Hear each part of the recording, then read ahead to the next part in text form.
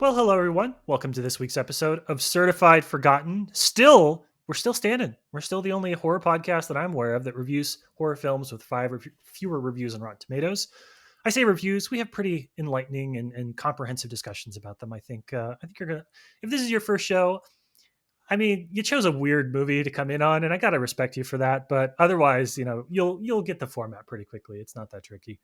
I am joined as always by my partner in crime, Matt Zinato. Matt with the good hair. How you doing, buddy? The hair is still good, so we are doing well. It is also a very important day here, living in California and Los Angeles.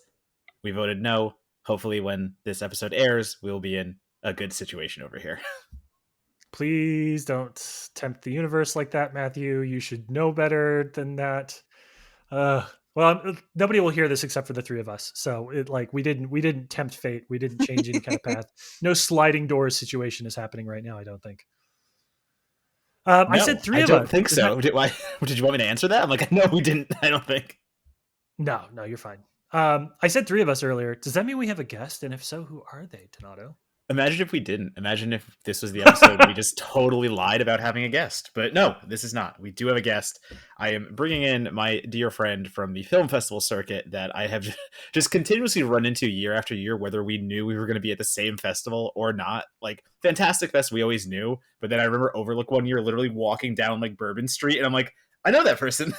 So on that note, I'm going to bring in Dede Crimmins. You have read her work at places like Rue Morgue, Seaville Weekly, That Shelf, and many, many others. Again, you have probably seen her at every festival under the sun. Dede, thank you for coming on. Hey, thanks for having me, guys. Like this is like substituting my running into you randomly in like cities that neither of us live in. I was Yeah, going to say, yeah. I like how this podcast in the pandemic has just become me reconnecting with people I haven't seen at festivals in like a year and a half. Like, that is my function for this. I'm pretty comfortable with you using this as a coping mechanism. I think I'm pretty on the record about that.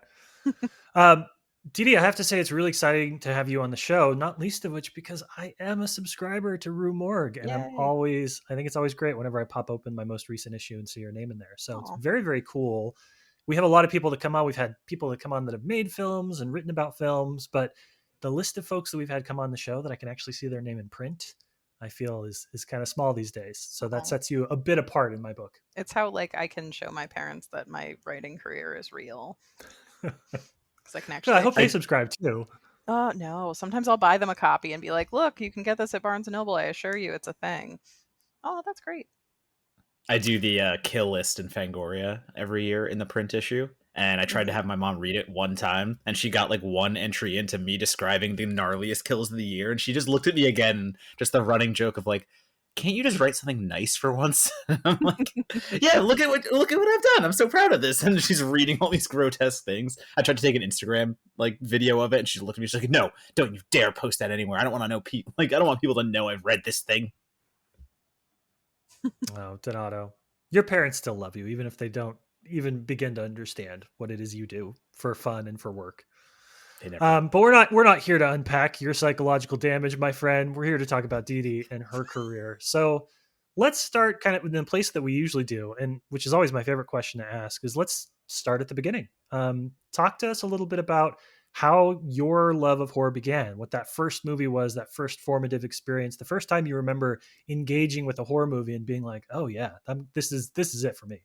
Sure. So you're here to unpack my psychological damage, but not Yeah, Donato's. as a Okay, guest. perfect. Yeah, yeah. Oh, thank you. This is really good free therapy for me. Um, I I don't know. I always find that I have a weird moment of not being able to bond with other horror fans because I was raised in a genre household. I grew up going to science fiction conventions since before I could walk. I was a kid in tow. My mother is one of the editors for the New York Review of Science Fiction. So like, always was had a mom who like had a side gig that was just something she loved to do and may or may not have paid anything. So I grew up in a house where there was no taboo, there were no boundaries, there was no oh, you shouldn't watch this. It's like Universal horrors were all around us all the time. Like I knew horror hosts in person, things like that. So there's a bit of that thing. There was no subversion. There was no just like, oh, I have to sneak this. Like my parents say I can't watch rated R things. It was like, no, Hmm. maybe you can't show Rocky Horror Picture Show at your ninth grade birthday party. Like we need to reel this back because the other kids' parents aren't ready for it, even though I'd seen it like a dozen times. So I know that's not horror, but still, like just to show that my parents just let me watch whatever. There were certain films that I saw probably sooner than I should have. Like I saw Candyman right when it came out, and I was like 11 or something. Like it was like a little early for me, and that was a little more sophisticated than a lot of the horror films I had seen up until that point, so that freaked me out. Um, and there were certainly like horrific scenes in non-horror films that really got to me. So like the scene in Labyrinth where like the orange guys tear off each other's heads, like that just terrified me. And of course, like Large Marge and Pee Wee. So, and actually, now that I think of it, I have tattoos of both those films, so that says something. But yeah, I just always, it was never a question whether or not I would love horror. I guess I kind of launched myself into it a little bit more specifically in college when I realized you could study film and that people would you could pay them and they'll give you credits and a diploma if you talk about movies a lot, just in a very structured way. So I got into film kind of from like an academic angle in that way. So yeah. Well, I'm curious because I don't think it's fair to say that you missed anything. People have come to horror when they come to horror. There's Hmm. 1,000 different entry points. That's a beautiful thing about the genre. But you mentioned having conversations with folks about your horror origins and there being a bit of a disconnect. Do you feel like that's do you feel like they're missing something? Do you feel like you're missing something when you have those conversations about, those first couple of titles and kind of what it was like growing up?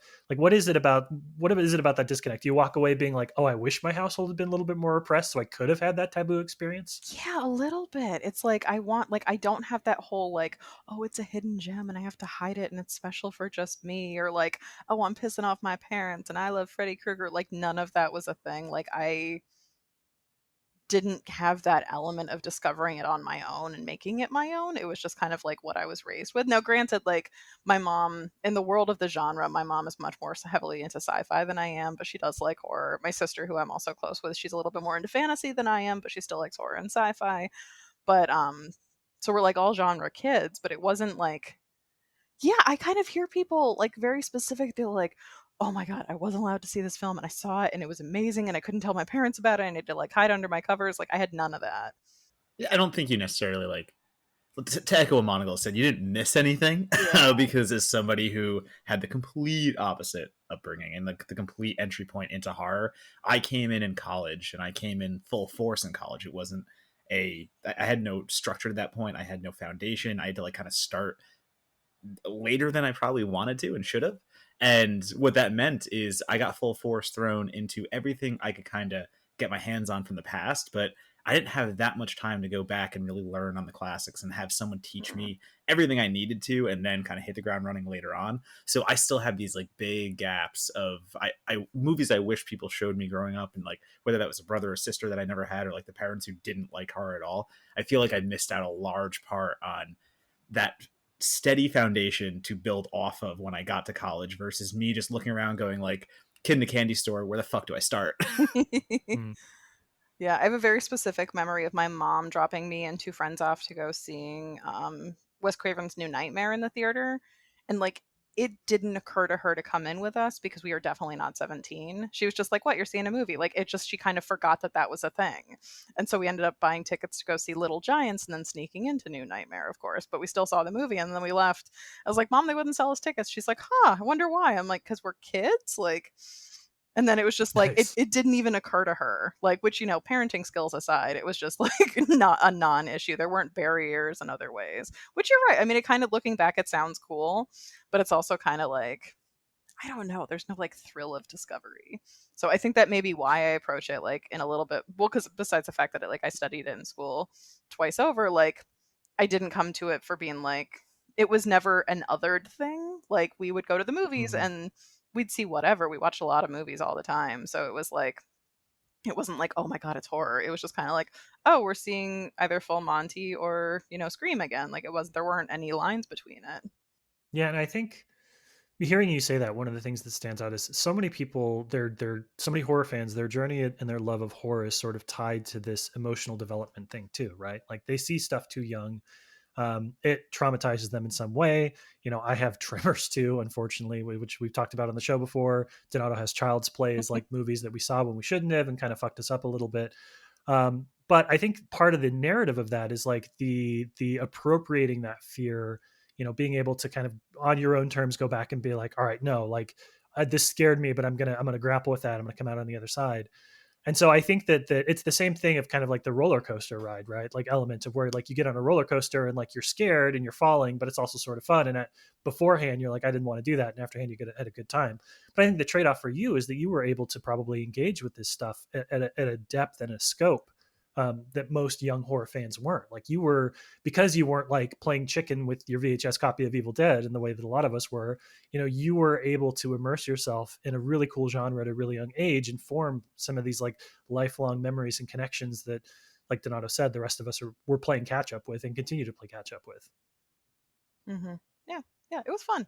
And it's funny because like as I'm talking about this and then hearing you to reflect back on me, like it's funny because we were such a genre household. We were like defined by genre, but because of that genre almost didn't matter, which is a weird Mm. thing to acknowledge and try and process for the first time. Thanks for the free therapy, guys. Because it's like we like literally like I've been going to science fiction conventions my entire life. Like I've seen like, amazing stuff that's really cool and seen incredible people speak and it's just so incredible. It's like I don't know, just that's what Connie Willis looks like because that's what Connie Willis looks like. Like I can recognize these people walking around.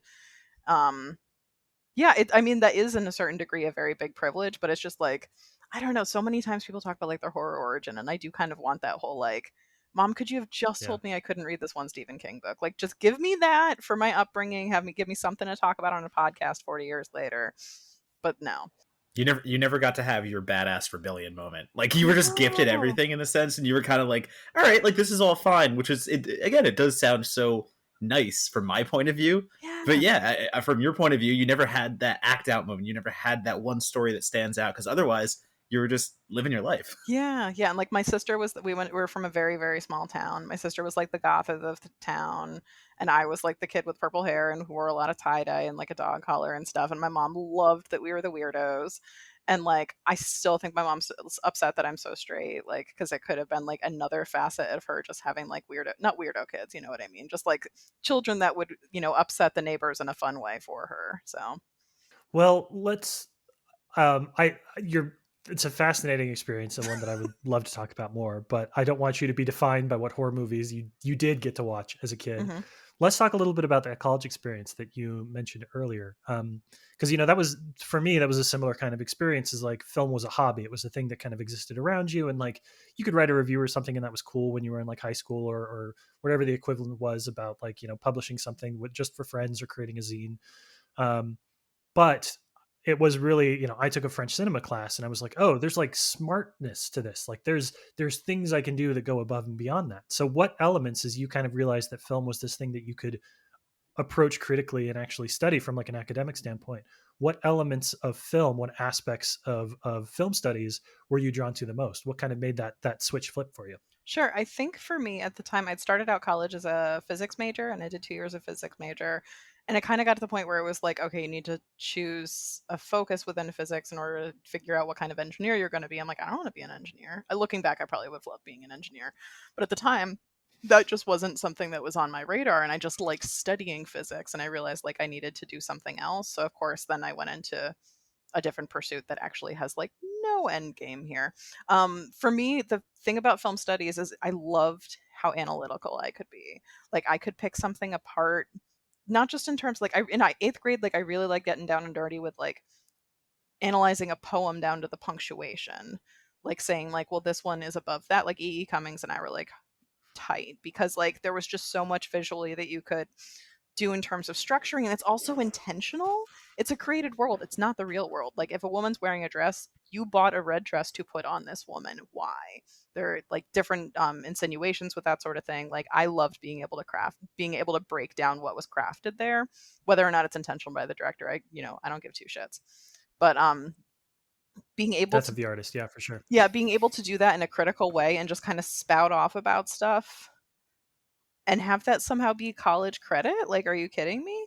So the first film studies course I took, it was oh, it was called genre, and it was just like there were different genres that we studied, and that one was oh, it was horror, western, and melodrama all in one course, and we did like, mini units on them each. And I was just like, seeing film in a really critical way like that, it kind of seems like you had the same thing where it's just like, oh my God, this makes sense. And I can make categories and I can make definitions and I can approach them in certain ways. Like I always say that they're kind of like, have you ever done like theater lighting? Like if you have like something that's like a wallpapered wall, depending on which film you put over the lens, it changes what you see, but the wall never changes. Like you can't change the wall. You can just see what's peeking out behind there. And I kind of think of film studies like that and started to see it like that. So it's like you could do a postmodern analysis on a film that was like, I don't know, had no intention of being postmodern, but you could kind of pull things out there that were happening. What you can be totally wrong in film analysis, of course, but it's just it was interesting to me that I could really flex my brain and apply it to something I was actually really interested in. Yeah, and the beauty of that is that these are, I mean, to your point, these are living documents, right? Like this film, some of the films we talk about as film critics are a century old at this point, Hmm. but we can still go back to them and our interpretation of them can change with an increased understanding of the history and the historical context within which they were produced, but also just sort of the people that come to it and the perspectives that they have to offer. It's amazing to me. There's nothing more fun than I think sitting down and talking about a film with somebody, because just that process of talking about your ideas, hearing somebody relay your ideas back to you or interpret your ideas, and then responding to that, like a 5 minute conversation, and I come out of it with a completely different place for a 2 hour movie that I just watched, but just a little bit of applying that analysis and applying that conversation about it, and suddenly you're thinking about stuff in a whole new Hmm. way. It is intoxicating. Like it's so much. Hopefully that's why we all do what we do, because that's the best part of film criticism for me. Yeah. Yeah. And then I end up going on to get my master's in film theory as well. So, because I was just like, what's great? School, because you get to avoid the real world and you get to work retail and it seems Hmm. fine. Not that working retail isn't fine, but at the time I felt the need to. I wanted to go to grad school, so I did. So I went to grad school for film theory, and that really being able to do a master's thesis and really, take like a year and a half and study what I wanted to study for that long and have really incredible thesis advisor kind of guide me through it. Like I'd go and talk to him and be like, I kind of need a source that says this. Like, and he's like, oh, you got to go find this one guy. And then I'd find like a stack of 10 books of this one guy who I wholeheartedly disagreed with, but led me up down other good paths. So that was incredibly satisfying. And that I just got to really dig my heels in. So, I Yeah, think my when I worked on my MA thesis, I would lock myself in the library for 10 hours at a oh, yeah. time, and like I would look up, and 6 hours had gone by, and I'd be like, oh, okay, like my day's almost over. But it's just like it was a focus and an environment that I don't think I'll ever be able to recreate. Yeah.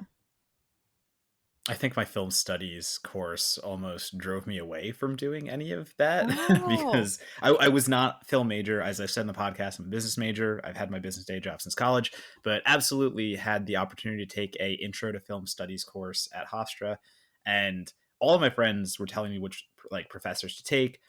And they all talked about seeing Jaws and Aliens, and their intro courses were meant to bring people into a more, you're going to start writing about film and think about film in a different way, but we're going to use the movies that we know you're going to enjoy. And I got this one professor who was a new guy, and he was this like hipster dude from Brooklyn, and it was his first year teaching, and he showed us Mm. none of the like popular films. He showed us nothing like any of the other classes got to see, and I ended up watching like movies that I did enjoy and did like, but like Schenectady, New York, going down the list of things that were, I'm going to say, higher level for where I was at the time of my appreciation of cinema.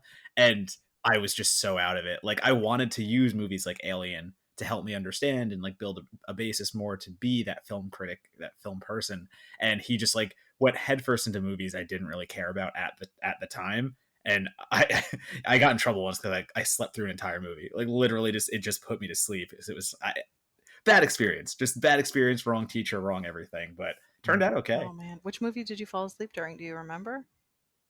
I am totally blanking. It was a black and white film that was lesser seen, and he showed it to us because he's like, no one talks about this and everyone should, so I'm going to tell you that this movie's amazing and you're going to watch it because I'm saying it's amazing. And yeah, that was fun. Isn't that the point of this podcast? Yes, but we've gotten better at this. Yes, exactly. So that is the funny come around point where literally the point of this podcast is the thing that almost drove me away. We're talking over a decade ago. I am a youthful look, but my age is there. Oh man. I've told this story too, I think, but when I was 18 years old and in college, going into a freshman like communication class, because that's what my degree was in before I went back to school. I announced very confidently to my advisor, who would become and remains kind of my mentor, that I didn't think there was any value in movies made before 1980. So the right person, oh yeah, like total shithead 18-year-old kind of thing. I was just like, I'm sure they're good in quality, but they're just not for me. Um, so like it does make a difference. Dita, you mentioned having a really good advisor, especially throughout the MA program. Donata, you talked about having a really bad faculty member. I do think that if you're interested, if you're somebody that's starting to dabble a little bit with film is more than just something you talk about over beers with your friends, like that first person that either encourages or discourages you can make a huge difference. Oh, absolutely. Yeah. And it's like in terms of academia, like so few film critics have a degree in film theory. Like it's not a common thing. This is like, and I feel bad sometimes when young, kids are like, "Oh, how do you start writing?" I'm like, "Don't." And I'm not saying don't be like me. I'm saying you don't have to be like me. Because if I start saying like, "Well, I have my two degrees, including a master's degree in film theory," they're like, "What?" I'm like, "No, no, no, no, no, no. No, no, no. Just find movies you like and figure out why you like them and start there." Well, I want to talk about how you made the leap into writing too, because I think one thing that I've always felt reading your writing, and I've read your writing now for a couple of years, is you really do have a sense. There's a sense of accessibility, right? Like you're not trying to talk over your audience. You really are writing all of your pieces with the notion, or at least as a reader, it comes across with the notion that this could be the first time that somebody is like, "Ooh, I want to talk. Like, I want to engage with this movie a bit more critically. I want to read a review." Like every opportunity, every touch point you have is an opportunity to get somebody hooked in horror. And that comes across, at least to me as a reader, on the page. So I'm curious, coming out of grad school, and I'm sure you were doing a little bit of writing even then, even before then on the side. When did you start to really find yourself getting some traction as a film critic and thinking this is something that I actually wanted to do? Oh, wow. Well, first of all, thank you for that. Like, I do try and approach my writing as like I'm sitting down with a friend and explaining to them whether or not they should watch this movie or whether or not they should care about it or something. So thank you. That's a very big compliment. I'm going to take that with me. But no, in You terms should. of writing, if you can believe it, so I was just doing academic writing, finishing my thesis in grad school. I was working at a bookstore to, pay the bills and whatnot. And I don't want to say inexplicably. Whenever I say this, it feels less dumb each time I bring this up. One of the people I was working with at the bookstore happened to run a literary journal, and he was looking at people to review books. And I don't know if you remember, like when Pride and Prejudice and Zombies came out, and it was just a book. It was like this whole explosion of zombie novels and novelizations. I happened to be working on my master's thesis, which was on George Romero. And knowing this guy, he's like, "I need someone to start reviewing all these zombie books. Can you do it?" And I was like, "Sure." So I actually started reviewing books before movies, which was weird at the time because I was so in my head like about grad school. I was like, I don't want to review books because I don't care if I don't want to review movies because I don't care if they're good or not. Like I really don't. Like on a certain, like I kind of do now because it's my job, but at the time I was just like, is this important? What, historical things is it pulling in? How's it accessing art history? So I didn't really care to evaluate things because I just knew what I liked and I didn't quite know why and wanted to think about it because it never entered into the equation of any of my academic writing. But books, I can be like, well, this is boring as hell, or like, this is really reductive. And again, I was working at a bookstore. I was raised in a bookie household. Like, I felt like that was more up my alley. So I started doing long form book reviews, which are at least 2,000 words each, of all these really kind of crappy zombie novels that were coming out, like just two a week for like a couple years there. And then when Zombieland came out, and that was kind of like at least the very wide release, post New Dawn of the Dead thing that was coming out that wasn't a remake. And my editor was like, "Would you want to review this movie?" And I was like, "Yeah, sure." So again, like my first movie review was a 2,000 word essay on this movie, Zombieland, for a literary page. So, and then after that, I reviewed a couple movies for them here and there. I wasn't really looking to be a critic in the slightest because I was, finishing my thesis. I wanted to go on to get my PhD. And then I started hanging out with some people in Boston who are like in the horror community. Actually, Mike Snoonian, who I know you guys have spoken with, was one of them. Hmm.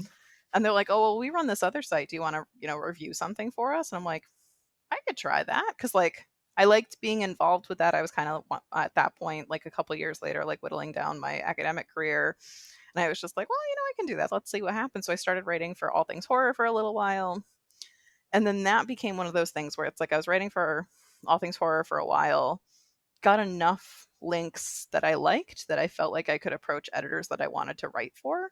And so like literally like I had all these links from All Things Horror and I put them in an email and I emailed Dave Alexander, who was at Roomwork at the time, and said like, this is my writing. I'm going to be at Fantasia next month. Can I cover it for you? And he was like, absolutely, sounds great. And like that's honestly how it started.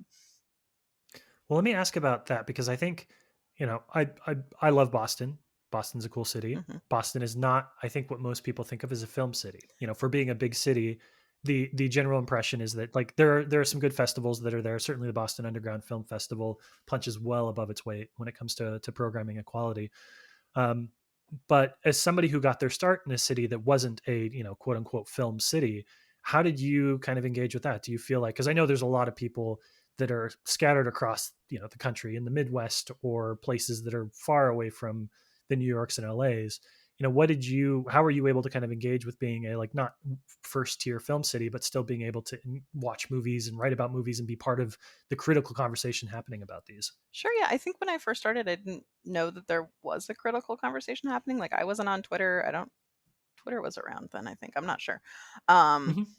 I know we talked about I think Donato's so. youthfulness, but that is days of my past. So like I had gone to Fantasia for a couple years even before I asked if I could write for about it for someone, just because I wanted to go. I had been reading about it in room work for forever. And little known fact, Montreal is just a 5-hour drive from Boston, so it was just like a long weekend trip with me and my sister.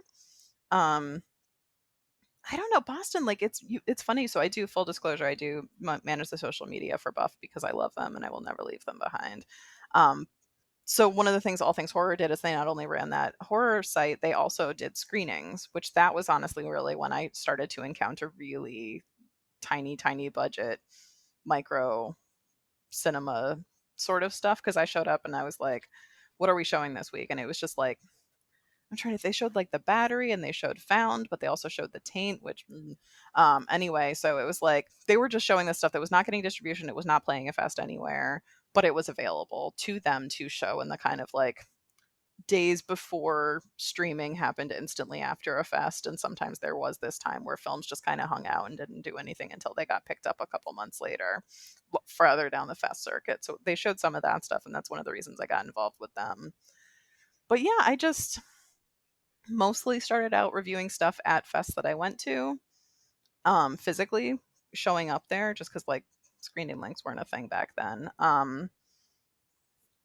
Yeah, it's funny. So like it never occurred to me that Boston like isn't a big film scene because they have Buff, there's like IFFB, there's like all these little fests throughout the year.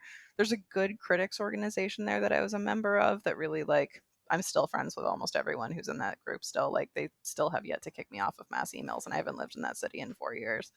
Like I don't know. It just I know that the impression is that it's not, but it's like being that close to Montreal, being that close to New York City, and then Boston also being, having the Brattle Theater and the Coolidge Corner Theater. Like it's a really Mhm. great place. Like I saw Serbian film on the big screen. Like that's not a thing in cities. Like so just I guess just based on the programmers having so much heart there, it never even occurred to me that people are like, oh, what's going on in Boston? I'm like, shit tons going on in Boston. What's going on with you? Come to Boston, where you can see a Serbian film on the big screen. Yeah. Yeah. And let me be perfectly clear here. When I say Boston's not a film city, I live in Austin, Texas, and Oh yeah. Austin is not a film city. Like within the industry, it's LA and it's New York, right? Like everything else Oh, is like absolutely. it's nice, and when are you going to move? So that's not a knock on Boston at all. It's just I think that there's a perception, especially among working film critics, that if you really want to do the work, you got to be in LA or you got to be in New York, and really you should be in LA. And I think that bears out with the amount of moves we've seen over the last year So as many well. people. Yeah, Hmm. but it's also like I'm in Chicago now, and it's like we have the Music Box Theater. Like the Chicago Film Critics Association is incredible. Like all the Ebert writers are here. The AV Club is here. Like the people you actually like run into or screenings are incredible people to like not just know in like a networking way, but know as friends as well. Like, yeah. So Oh yeah, if I had to choose a city based on this, again, sorry Austin, but if I had to choose a city based just on the critic community and how much I'd actually probably want to spend time with them, I think Chicago easily wins. we got good people. Well, it was so funny too because another one of my Boston critic friends, who Isaac Feldberg, I don't know if you ran into him out there yet, but like Isaac came from Boston as well. So like he was in Buff, he was doing all that stuff, or sorry, the Boston Critic Society and all that stuff. Mm-hmm. And all of a sudden, I see him; he's accepted to Chicago, and I was like, "Oh wait, did you move?" And I just missed that. And he goes, "Oh yeah, like I just moved to Chicago." So like, what is it about Boston people where Chicago is the logical next step? I know it's such a thing. I actually had met up with Isaac at the Music Box. He didn't end up coming to the screening, but that was a weekend that Josh Hurtado was in town. So it's like, how small is our world? I think they're just following Theo Epstein, right? Boston to Chicago, and then wherever he goes after Chicago, they'll go there too. Is that a sports thing? It's a baseball joke. Donato got it. None of our listeners will. Sometimes we do things that are just for us. Okay, so we've got, man, I could talk to you about industry stuff forever, but I don't want to shortchange today's film. So we'll weave some of that talk into our conversation, I'm sure. But when we come back, we're going to talk about Bag Boy, Lover Boy. So stay tuned.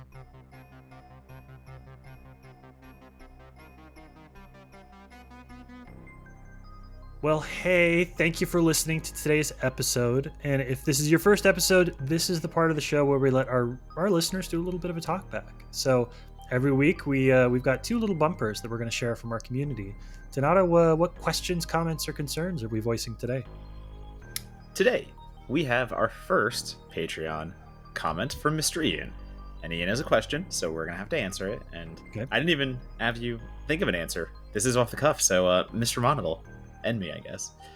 If you could see any band musician live, costs don't matter, flights are paid for, and time travel is available if needed, who would you want to see? So I am, I'm easy like this because this I've had this answer queued up for 20 years, and hopefully I will be able to do this someday. I would see John Bryan at Largo. Largo is a club in Los Angeles. John Bryan's a film composer, singer-songwriter. He did the soundtrack to Magnolia, Punch Drunk Love, and a bunch of other things. But he is notorious for having a live show. He used to do it every week, or I think once a month at Largo. And over the years, I think that's kind of gone away. But he has a live show where he does a lot of improv. He does a lot of mashups on the fly. He takes audience requests. He plays from his own back catalog. He often has a lot of really good guest stars because the Largo community is really big and insular. And my wife bought me tickets to see John Bryan perform with Wordless Music in New York City, which was a live accompaniment of a live score accompanying a film. They did Punch Drunk Love, and then afterwards he played at a club in Brooklyn, and we got to see him. But I've always wanted to see him in Largo. So when I was in college, I used to download like hours and hours and hours of Largo bootlegs. Like somebody would bring a MP3 recorder and like set it on their table while the show was going on. I used to be able to like have this collection of them by like day and date. So yeah, I did not prep for that, but that's not one I needed to prep for. That's quite easy. My answer is, well, I think of who I've seen already, and of the bands that I love, like I think the big bands here, because the question Ian is saying is, listen, go break all the rules, see who you want to see. So for me, I've already seen the Foo Fighters. I've got that under my belt. I've already seen Rush. I've got that under my belt. I go down the list for some of the smaller bands that I really like. I got to see them, on smaller stages. So I think of seeing a band like, if anyone's played Guitar Hero or Rock Band, Bang Camaro, which is one of my favorite little indie bands, and seeing them on a... Go ahead, I thought you were Marco. going to say Buckethead. Oh my god, Bucket. If I got to see, I would love to see Buckethead. But in any case, my answer for this is I want to replicate that little Bang Camaro show in Jersey in a dive bar somewhere where they can barely fill the room. But I want to go back in time, and I want to see Metallica because I am a huge Metallica fan, but I want to see them early stages. I want to see them during like the Kill 'Em All days when that's them coming at the gate. And I just want to see really young, youthful like Metallica starting out and just playing shows and having that energy that, listen, they're a lot older now, they don't have it, they still put on a great show, but I want that Kill 'Em All Metallica so bad. There you go. That's basically our personalities in a nutshell, is the bands that we would see and the type of music that they perform. So now you know everything there is to know about both of us. That is, well, we have layers. We are onions, to We quote don't the have great. that. We don't have that many layers. That is actually true. We put everything in this podcast where like I feel like I've broken a lot of barriers and really Mhm. discovered a lot about myself in therapy sessions. So I think the people know more about me than I do. Well, I mean that's what internet forums are for. They can let you know.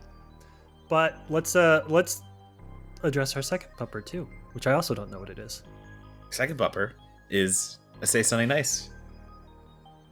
That is what I've been told is the second bumper. So it is from Amelia. Amelia runs the Pickety Witch newsletter. It is a newsletter about activism. It is a newsletter about staying up to date on current events. It's also about Marvel gifts and little fun notes and kind of forgetting about the day. And as much as we can find our little ways to help out and help our communities and country and everything we can to stay active, it's also a nice little escape sometimes where you can just see the happy thoughts of the day and a little news clipping here and there. So if you're not subscribed already, find the Pickety Witch. It's on Patreon. You can subscribe on review, and then it just goes right into your email. Like, how easy is that? You don't have to do anything. It just shows up, and you click on it, and then you read it. Yeah, and I'll second that. Obviously, we're biased. We're big fans of Amelia and her work, but I think that there are the two pieces of that, which is that art is politics, and I think the Pickety Witch does a really good job of kind of bringing those two things together. But I think part of it too is that there are a lot of different ways for people to get involved, whether it's a financial donation, whether it's calling your representative, whether it's just amplifying and supporting artists that are doing good work and good activism in the community. And so with so many different ways you can get involved, sometimes that can just be a little bit overwhelming, and Amelia is here to kind of guide you into your first attempts at participating in these larger conversations in a way that won't make you feel overwhelmed. Yeah, I think one of my favorite little ways of realizing you can do little things is along with the big things, or if you can't do the big things, little things matter just as much, is someone tweeted pizza to the polls into my timeline. Mm-hmm. And it just the funny thought that not even funny, like just the thought that I could spend $20 and send 3 pizzas to a polling line somewhere to entice people to stay and make sure that they're voting. Maybe things weren't going well in some towns, we'll say, during the actual election, and we all know what was happening in some places. So just that little bit of happiness I can spread through pizza it sounds like a crazy thing to say in the grand scheme of things, but it's a little piece of activism, and it's a little piece just to stay involved. So that was a nice thing to learn, that you can do any kind of gesture. All right, those are our bumpers. Those, and more importantly, are 2 members of the Certified Forgotten community. We want to say thank you to both of them for supporting us and allowing us to support them in kind. And on that note, let's talk about Bag Boy. We'll see you in a sec.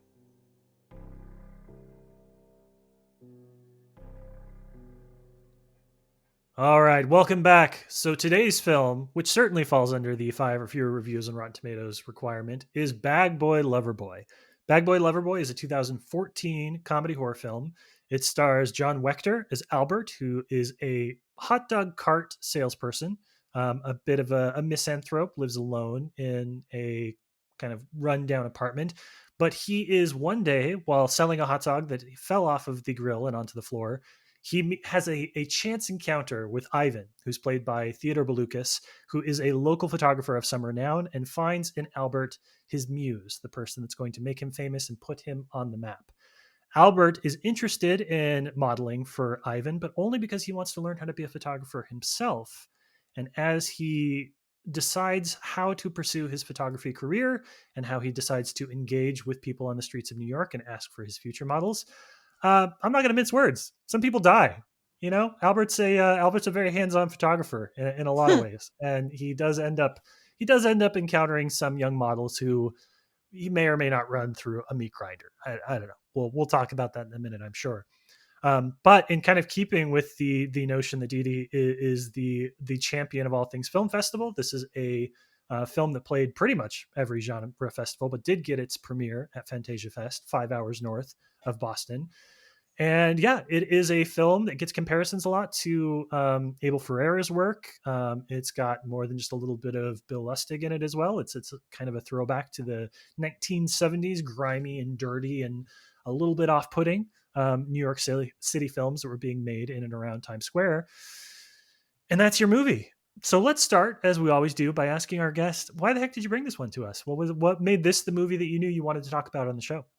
Okay, so Donato asked me on the show, and I said, "How do you even choose the films for this?" Because I tried to filter Rotten Tomatoes by based on how many reviews, and I could not. And then he's Mhm. like, "You're going to be surprised. You're going to think of a festival favorite from the past, 5 years ago or whatever, and you're going to go look at it, and it's going to be barely reviewed. And this is literally the first one that jumped to my mind." And like, I wrote him back like a minute later. I was like, "Oh my God, we're doing this." Um, I love this film so much. I love the potential it has to make people very uncomfortable. It's a messy film. There is no heart in this film. It thinks the worst of people, and it might be right. Like, it is so pessimistic and so beautiful and disgusting and just everything I want to talk about in horror films. Because I feel like there is so much going on here in terms of like societal criticisms and representation, and like there are so many different themes running throughout it, and I think that's one of the reasons why it is so messy, both literally and figuratively, that I just kind of love picking it apart.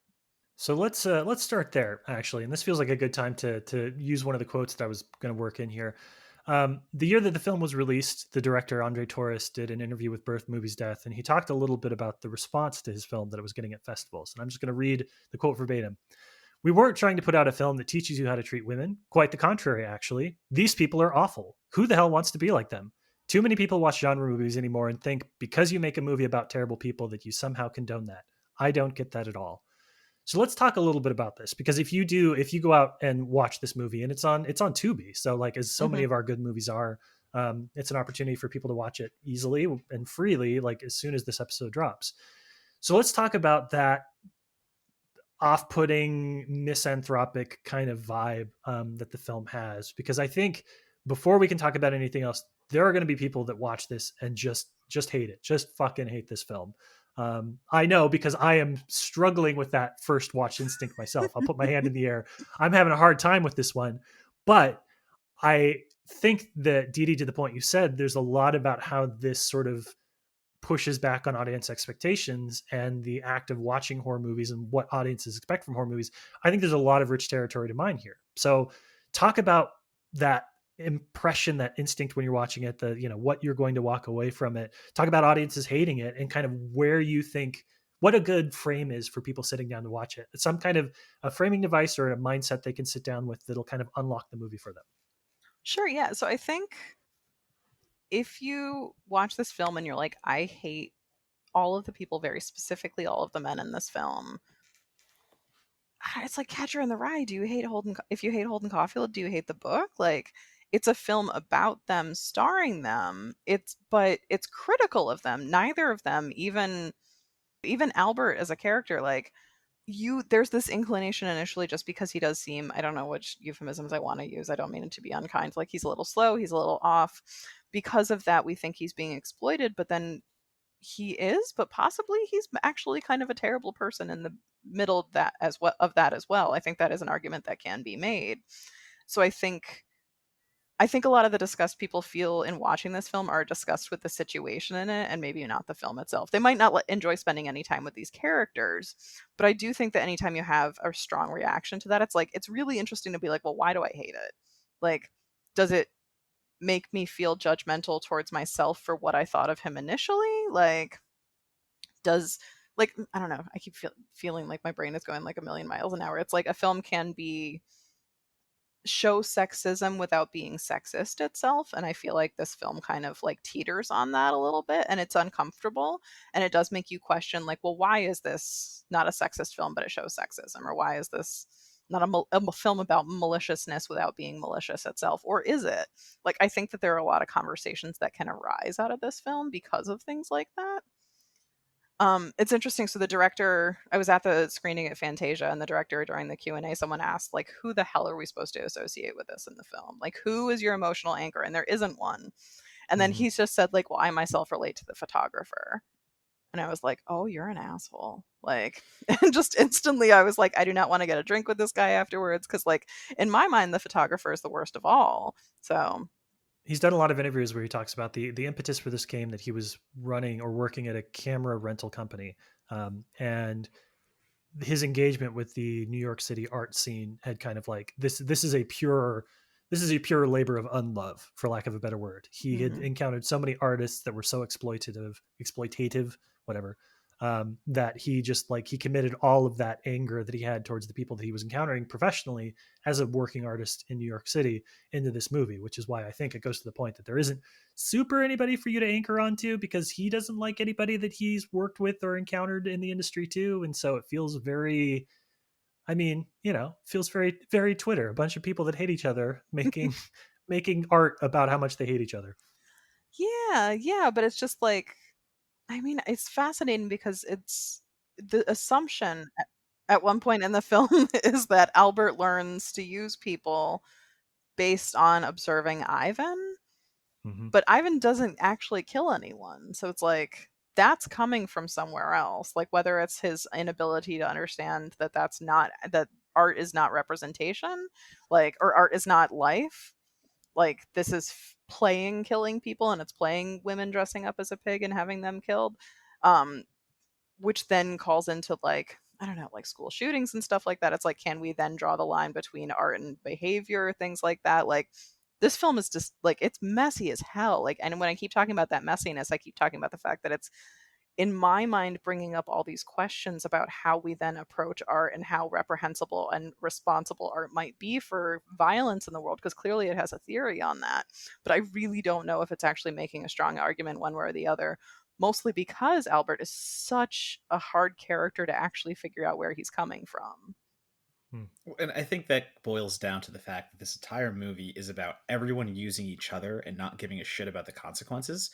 Because it is very obvious that Ivan is using Albert as his quote unquote muse, but he's using Albert because of his looks, because of his quote unquote like freakish nature, because he looks like someone who is just a stock boy and does not belong next to this beautiful model that he's also cast. So Ivan Mm-hmm. is exploiting the hell out of this person. And again, Dede, to your point, you don't want to use certain words, but like a slower person, someone who's not catching on, because Albert then let's bring in the fact that he's exploiting Ivan, and he thinks he's getting over on Ivan because he thinks he's going to get tutored. Basically, he's the protege, and he is taking all of these behaviors that he thinks Ivan would take to the next level, but he's doing that himself. And I think that's where you get the commentary on, well, does art really influence behavior? How does this work? Like Ivan, in no point to, as you've said, murders anyone. That is all Albert. That is all Albert's doing, and that is all Albert going to another degree and doing that all on his own. Like there was no reason to do that, but he did that because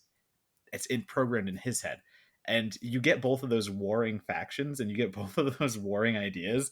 And I don't know if they answer either of those. I don't think there is a culmination of either arc. But then you introduce other characters, like the quote unquote love interest, who is just clearly using Albert for free hot dogs and a place to stay. And that's where it gets the most interesting to me, because this is almost an indictment of just like New York itself. And like living in Brooklyn for 7 years and like dealing with certain types of people and creatives and things of that nature, uh yeah, you feel a lot of the hate that Torres has for that industry. You feel all of the hate for that entire ecosystem that thrives. And you sit there and you go, well, can these people really exist in New York City of all places? It's the same. It's the Maniac. We'll talk about Bill Lustig. It's Maniac all over again. Like, how can Maniac happen in such a populated area like New York City? Well, that's because everyone's up their own ass and they only care about themselves. You can get away with anything in New York City and no one would pay attention. So it just becomes this real interesting series of points that I don't think ever have a point in the end of the film. Yeah, and I think like I mean we keep bringing up the fact that Albert like wanted to be taught photography, but the only reason that we see that he's interested in photography is because that girl he likes starts flirting with a customer in front of him by asking him about his camera. So it's Mm-hmm. like she could have asked him about a field hockey stick and Albert would try and learn field hockey. Like, or at least that's my assumption based on watching that scene. Like he does not seem interested to be able to do anything except for be able to take a picture that would then fool her into coming back with him. Like, yeah. And in terms of like, I don't know, could this possibly happen in New York? Where else could this happen but New York? Like, Right. of course this is going to happen in New York. Like, yeah. And in terms of like judgment in the end, like that's the thing. It's like the rich white fat guy who kind of caused all of this, though not exclusively, because I do think there's some premeditated stuff there. No consequences. And he has like a thriving art career. He's probably going to get Hmm. some like good money off of Albert's photos now that the guy's a killer. Like, yeah. Like, is that. I don't think he's saying that's a good thing, though. It's just like, just because the bad guy wins, even though everyone's a bad guy, it doesn't mean it's a good. It doesn't mean that the film is then giving judgment onto this as being a positive outcome. It just is the outcome, and we don't like it. Yeah, I think the question becomes kind of, can you, and I'm not saying you can or can't. I'm just posing the question of, can you create a piece of art basically rooted in hate and have that show in a way that still has value to some people? Because it just, to say what Monagle said, to say what Dede said, a lot of people are not going to like this movie, and you'll probably realize that within the first 10 minutes. But also, as a New Yorker, the grossest thing to me was the hot dog. Like, I've watched a bunch of Right. horror movies. I could deal with most things. The hot dog thing, and just Albert saying, "Oh no, that's for tomorrow." Like, he drops it on the dirty ass steel grate floor of that nasty, nasty cart, and then he just puts it back on the grill. Like, I will serve it somebody tomorrow. Fuck that. That's the grossest thing to All me. right. Donato, legitimate question though, as you and I both lived in New York for a long time. Did you ever order a hot dog from a hot dog cart? I never did. I I was never not a did either. part. I would get muffins and like bagels and stuff from those carts 24 like all day long every day, but never once ordered any kind of heated meat for lack of a better phrase in those Maybe carts. the halal cart. The halal cart was the only place. All right, that's fair. Yeah, it's interesting as we're talking about this kind of what I'm it feels like the almost like the horror equivalent of the why I left New York letters, right? Because like there was especially a period in the mid 2010s where it seems like every week there was another Vulture or New Yorker essay that somebody wrote about like here's why I'm leaving New York. And I think that this kind of has that vibe, like to the point that the Torres, he's I could quote from 1,000 interviews where he basically talks about how much he hated every person he met in the industry and hated the city. It does have that kind of like fuck New York, I'm out kind of vibe that I think will play up to people who have moved in those circles, who spent time on the East Coast or the West Coast, but know like trying to navigate creative spaces with people that are like, oh, I'm like one thing away from my big break, and you help me out, and I'll scratch your back. Like it's, I thankfully have never, I've never known a lot of filmmakers, kind of because I had no interest in knowing a lot of filmmakers, so I'm not privy to a lot of those conversations that I know frustrate folks, but the the desire to not be in the industry that you're in this film is palpable. Hmm. Yeah. And one thing we haven't touched on that I definitely want to talk about is just it's gritty, it's gross. There's a lot of meat cooking, and like as a vegetarian, I just always feel like okay, I made the right decision. Like every time you see anyone eating anything in this film, um, but some of the visuals are just so polished and decadent and like indulgent, like especially when he's like dancing or the actual photo shoots themselves. Like I think that there is also that element, like I don't want to say high art, but there is that element of it's not all gritty. There is certain amounts of glamour, and you can see how that would be seductive, even though when I actually look at the photo shoots specifically, it's like, oh no, this is actually horrifying. But they're all well lit. There's beautiful women in lingerie. Like that's got to be Hmm. great. Like, yeah, I just think the contrast between the two worlds and Albert's inability to actually filter what's happening there, or at least that's what it seems to us, is just so. I keep using the word, but like complicated. Like, Well, and I mean, not to bring in current events, and well, I don't know. I'm just gonna say it out loud, like dash cam. If we're talking about this whole thing about like separating the art from the artist, or having an exploitation commentary and pushing something to a certain bound, I think, is there, or is exploitation cinema just immediately bad? No, I think a lot of exploitation cinema is very good, and I think that when exploitation cinema is done right, with the right intentions and the right understanding of what makes something exploitative versus just platforming bad ideas, uh, there's a big difference. Because what you see in something like Bag Boy Lover Boy is obviously not rooted in reality, is obviously a grotesque take on something that might exist, and this is the art critique, this is the New York City critique, but it's taken to such a level that it is not anywhere realistic. Where if we're going to talk about something like Dashcam, and I have not seen it yet, all I have read are the reviews, but I've read enough reviews and know enough to say, like, the problem becomes when you just can't separate the art from the artist. And the problem becomes when the main character of the film is named the same thing, and then you go on her Twitter profile in real life and she is saying the same things that her reprehensible character is saying. It's like, well, that's when you can kind of draw a problem. And I don't think Bag Boy Loverboy ever gets to that level. I think everything it's doing is coming from that actual exploitative place. And listen, again, it's not going to be for everybody because there are some things done, particularly to women, that are not good. Just not good. Very gross scene stuff that like some people probably can't watch. But it is done with exploitation. It is done in that sense. So it just becomes that entire conundrum of, well, fuck. Yeah, and it's like if this film were made by Herschel Gordon Lewis back in his heyday, would everyone love it because we would have the distance to be able to look at it? But it's like a moderately contemporary film that is both an exploitation film and about exploitation. Again, like I mean, I hate to be doing this to you guys, but like I love how uncomfortable it makes people because I do think that conversations come out of it. Yeah, and I even remember watching it recently. I was just like, oh no, what did I do to these guys? Like, this is not for everybody. This is not the kind of film you watch and you're like, hey, this is good fun. I'm going to show it to my friends next week. Like, that's not this film. Well, I like to think one of the things that makes this show fun for us as hosts and hopefully for the people that are listening is that because everybody's bringing in something that they're passionate about, we run the gamut, right? Like we have had what are my kind of like slow burn, folksy, grief kind of fueled stuff. We've had Donato's like more over the top splatter, but we've had Ted Gagan come on with Zombie Ass. Mm-hmm. We had Matt Barone come on with can't remember the name of the film, but the like Three Deaths or Little Deaths, whatever that was. Little Deaths, yeah, something like that. So like which is a lot of psychosexual violence. You know, we have something like this, which is steeped in like 1970s exploitation. But the thing is that there's, you know, you can find folks that are not, to me, one of the biggest misnomers about horror fans is that people are engaging with this kind of content uncritically, and that, you know, it's like if you've ever been to a late night movie theater and heard everybody hoot and holler at a midnight screening, you kind of think like, oh, so this is the audience for the film, and like, no, the audience for the film is people like you, Dede, who are like, what does this say about our relationship to art? What is the difference between art and artist? Like, how do we unpack this?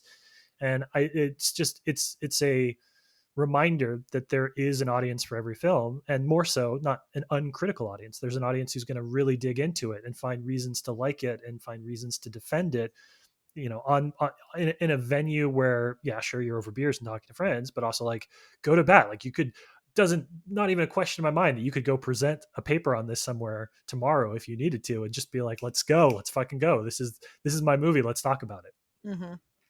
Yeah. Just as you're talking about that, I'm like, can we talk about the way that the women's bodies are shot in the least sexy way possible, which supports my theory that it's about sex, but it's not sexy. Like, or in like, at least in my mind, like if you compare it to any other film where women actually are being like super exploited without that layer of criticism of it, like none of these gorgeous women are in bikinis and, you know, gorgeous lingerie, and I'm not turned on for a second. Like, Mm-hmm. so yeah, I don't know. There's so much. Yeah, I can keep going on.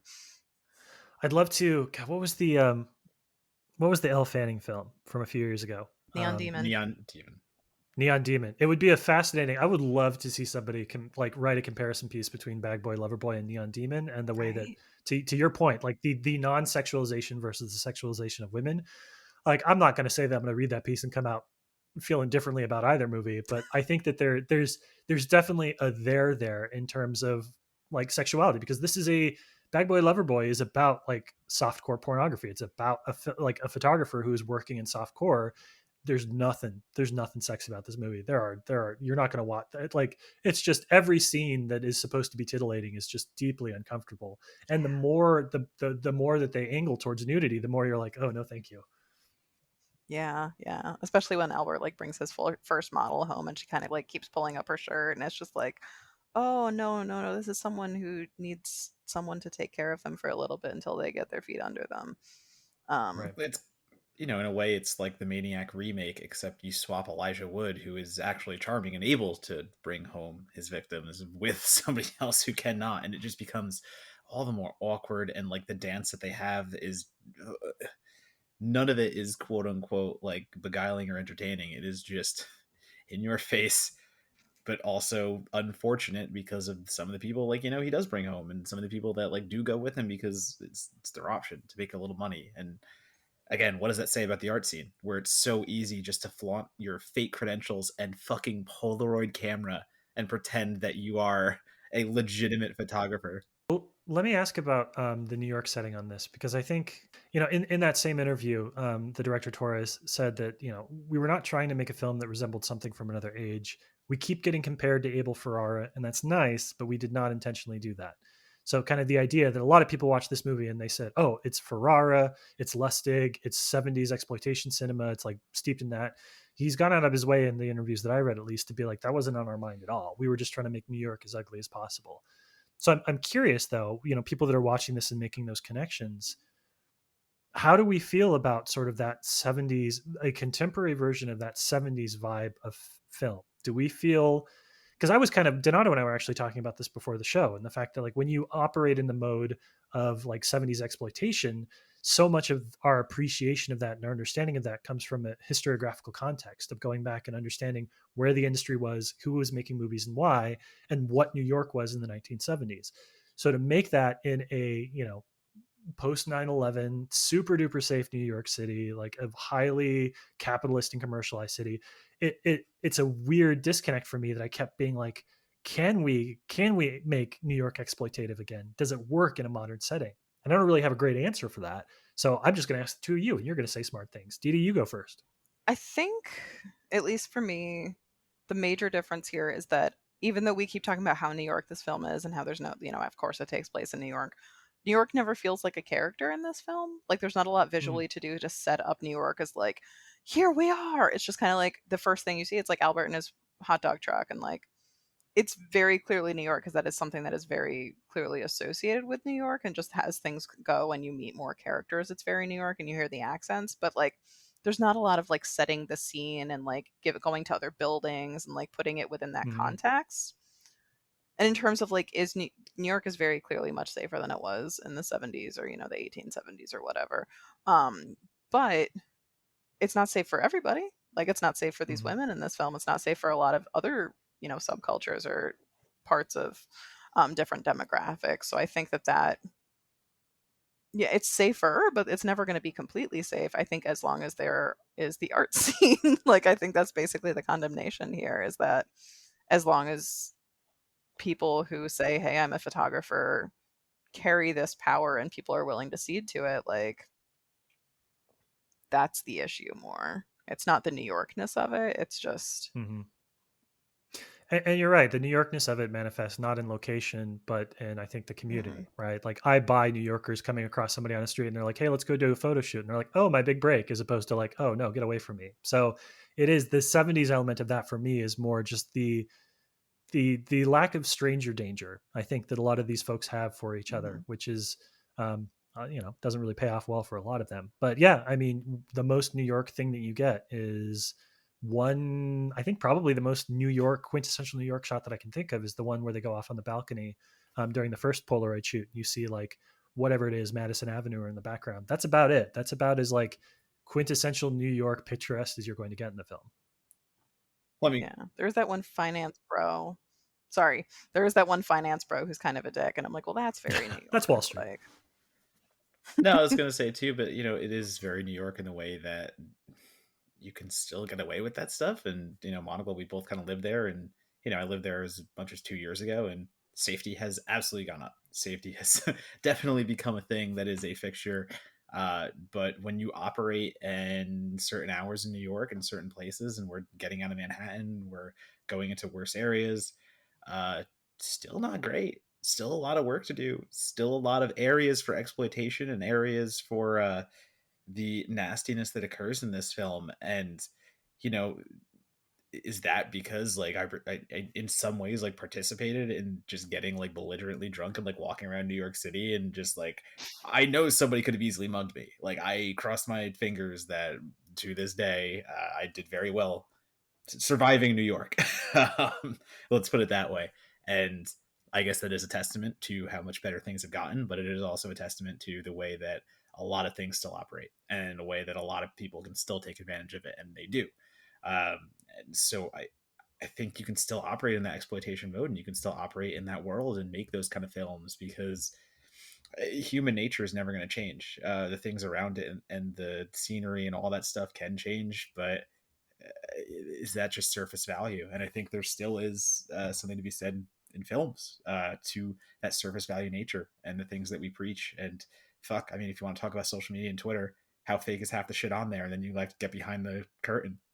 Yeah. I think also to that effect, like all of the bad shit that happens in this happens in the fancy place. Mhm. Like this is not like the wealth disparity, if anything, between Albert and Ivan is kind of what, and the perceived power disparity there is, if anything, what eventually leads to some of the actual violence and death and maiming and all that stuff. Like, I think this is not showing like the horrible underbelly of New York. It's if anything, it like I keep coming back to this, like it's a condemnation of the people who are in power and of the wealthy. Like Albert's got this like, horrible apartment. Like honestly, like it's not anything to write home about, but like he doesn't kill anybody in there. He just eats his hot dogs and looks at porn. Like that doesn't sound too bad. Like We've all been there. Um, I don't know. Listen, audience at home, I don't know if we're making it any more clear for you whether or not you should watch this movie, but I will say that inevitably the movies that I watch and feel like I'm going to really struggle with having a good conversation about end up being the ones we have the best conversations about. So if nothing else, you can take that away. I And that mean, brings us. well, I was Oh, gonna go say, no, like, go ahead.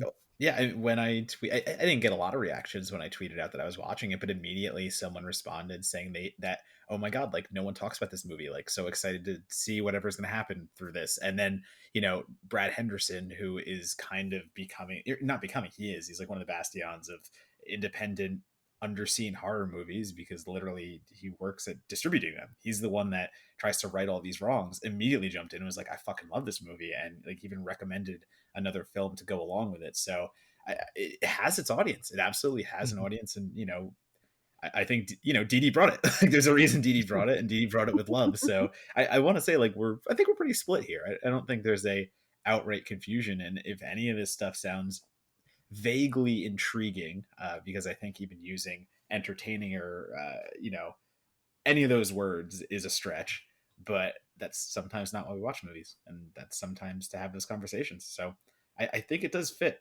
right there. And now we can get to the actual question of, how does a movie like this find a mass audience?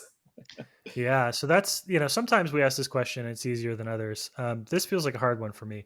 You brought up Brad Henderson. This does have distribution. This does have a really good. It's on Severin Films, which means it has a really good boutique label that is taking care of this. So unlike a lot of films that we talk about on the show, this has already seen the love befitting a quality home video release. But the question, Didi, that I'm going to pose to you, that we always ask as the last question on the show is, how does this movie find a bigger audience? We don't even need to say a mass audience, Dada. We'll just say a bigger audience. And is there even a bigger audience for this film? Or do you think that it kind of where it is where it's always going to exist? The sort of thing where a few people love it passionately and everybody else has either not heard of it or never thinks of it again. um I hope it finds a few more people. I don't think everyone's going to love this film. I would love to read other people's critical takes on it. So I have this little like hope that I'm holding out that I get to read other people's opinions on it, because I've been listening to my own for 5 years. Um, 7 years, my God. Yeah, I think that because in my reading of the film that there is so much rich going on there, I could see this possibly like in a couple years, should the director go on to make something else incredible and he get over his hatred towards all people in the art industry. I think it would be interesting for people to go back and rediscover it in that light.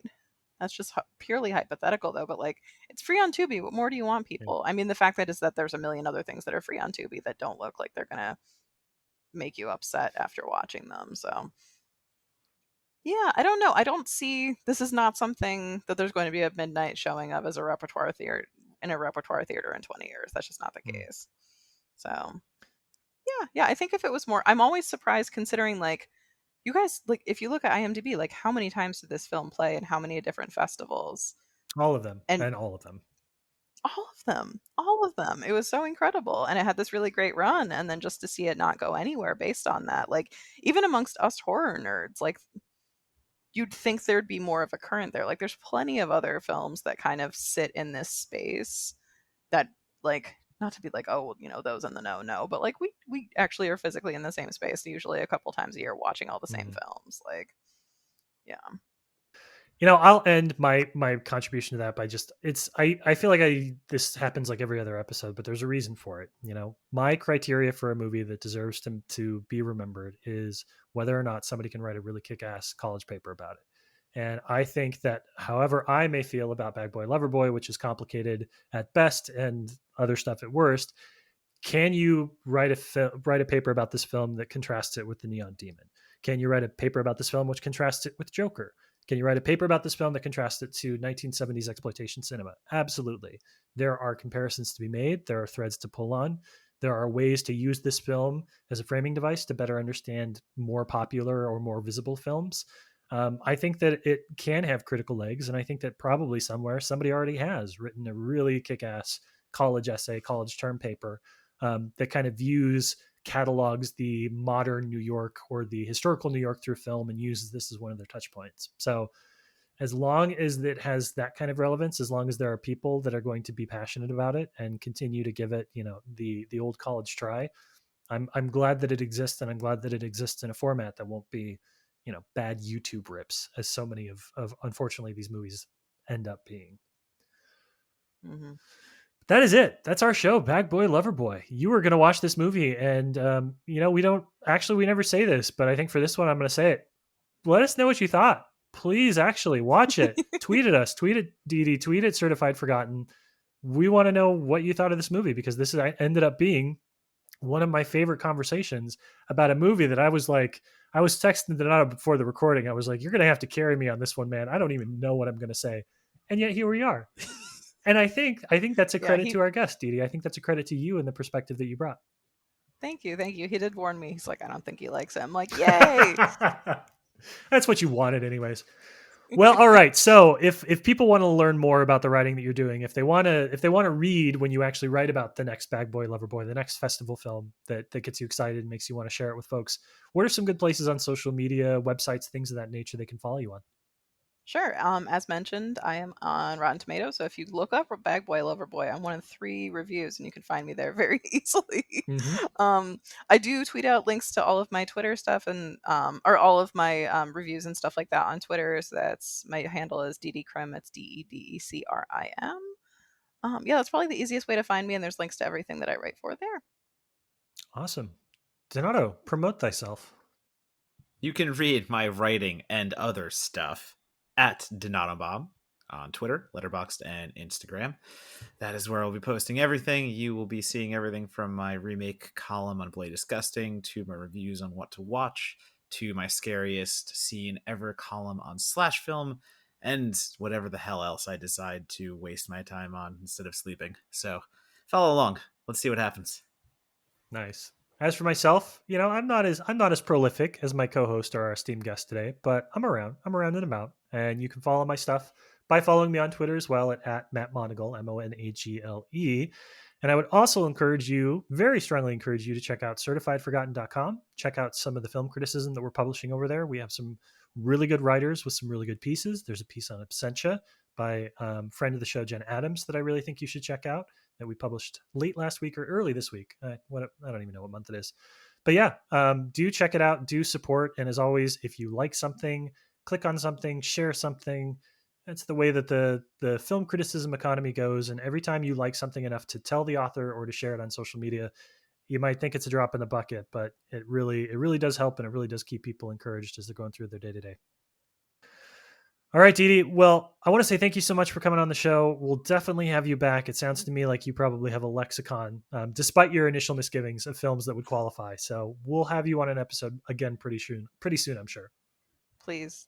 This was great. Thank you so much. I'll be back.